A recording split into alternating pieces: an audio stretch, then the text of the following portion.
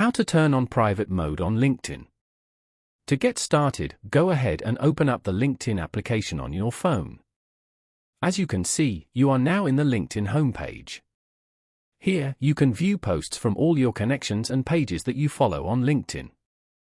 On this page, go to the top left corner and tap on your profile. Now, tap on Settings at the bottom. Then, go to Visibility. From here, you can manage the visibility of your profile and network settings. Go to Profile Viewing Options. Here, you can select what others see when you've viewed their profile. Select Private Mode. You have now successfully turned on Private Mode.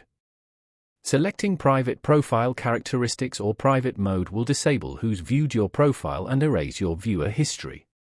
As you can see here, others will now see your name as anonymous LinkedIn member. Following these steps, you can easily turn on private mode on LinkedIn.